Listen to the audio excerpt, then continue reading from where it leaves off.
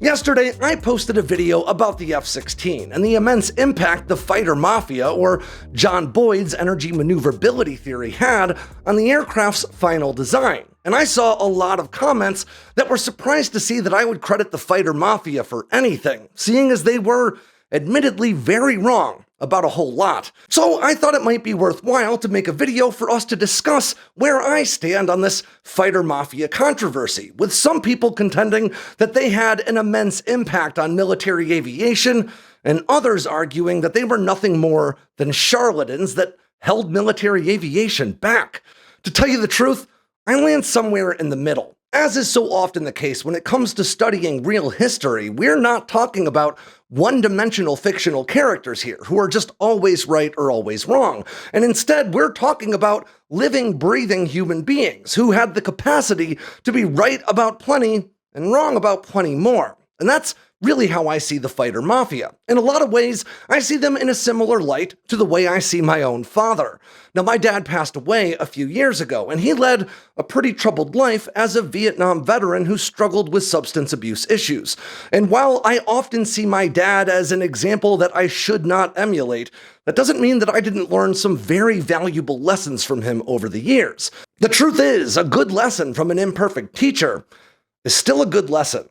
So let's talk about who the Fighter Mafia was and what they got right, but more importantly, what they got wrong. The Fighter Mafia was a group of Air Force officers, defense industry insiders, and independent defense analysts who collectively championed a return to lighter and simpler fighters for air-to-air combat. And their energy maneuverability theory, that was born in large part out of the experiences of fighter pilot John Boyd, really did have an immense impact on the future of military aviation. However, while the Fighter Mafia might be positively described as dogfight purists, they might be negatively described as Airpower Luddites. Their belief that fighters should be exceedingly small, light, agile, and simple to build was a real contrast to aircraft like the F-4 Phantom, already in service at the time, and the F-15 Eagle that was working its way toward service. In fact, in a lot of ways, the F-15 represented everything the Fighter Mafia hated about military aviation at the time. They believed that fighters shouldn't have onboard radar or carry air-to-air missiles.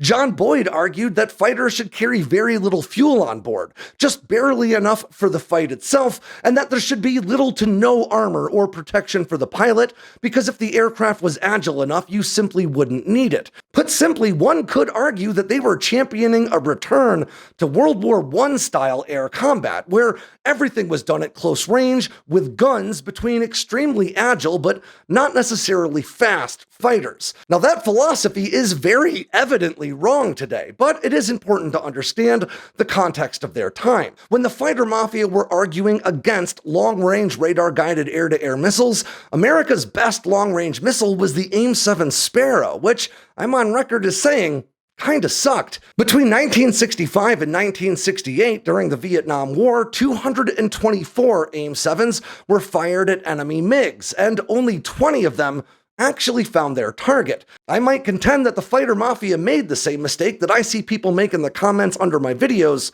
all the time.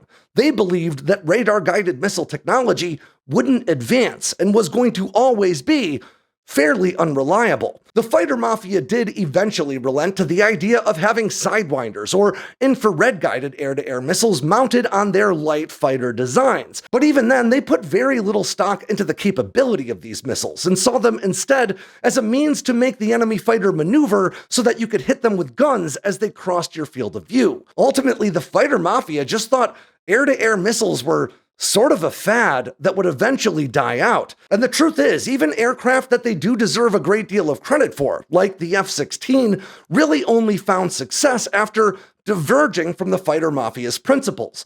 The F-16 could not have become a legendary multi-role fighter with incredible air-to-ground or attack chops if it hadn't disregarded what the Fighter Mafia had to say. If they had their way, the F-16 would have been armed with little more than a cannon, and never would have had the onboard radar that not only serves as the basis for its beyond visual range capabilities, but also for its air-to-ground chops as well. So if I believe that the tactics and design principles the Fighter Mafia championed were already very outdated by the time they started championing them, why would I be quick to give the Fighter Mafia, or maybe more specifically, the Energy Maneuverability Theory, credit for the F-16's success and for changing the face of air combat?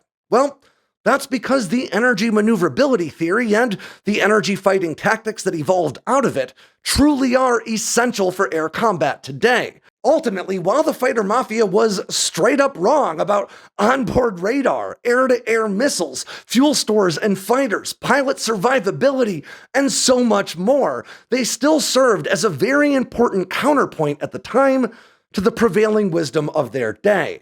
Wisdom that suggested that the route to air supremacy was strictly building larger, faster, higher-flying fighters that were less nimble or agile and prioritized long-range engagements at a time when air-to-air missile technology wasn't mature enough to support it, and when the rules of engagement prohibited those very types of engagements. The Fighter Mafia was the cultural counterweight that helped rebalance American air warfare doctrine. They were not, strictly speaking, right about much when it came to air combat outside of that extremely important energy maneuverability theory.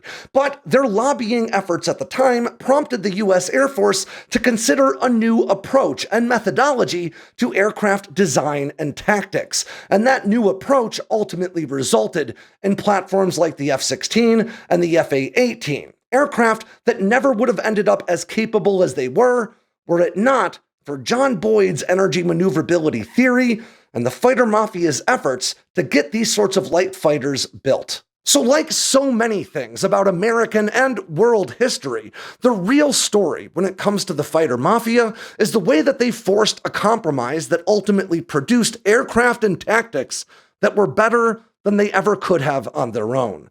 And that is why the Fighter Mafia, despite the controversy, still deserves a place in aviation history. But that doesn't mean you should really listen to much of anything that Pierre Sprey has to say.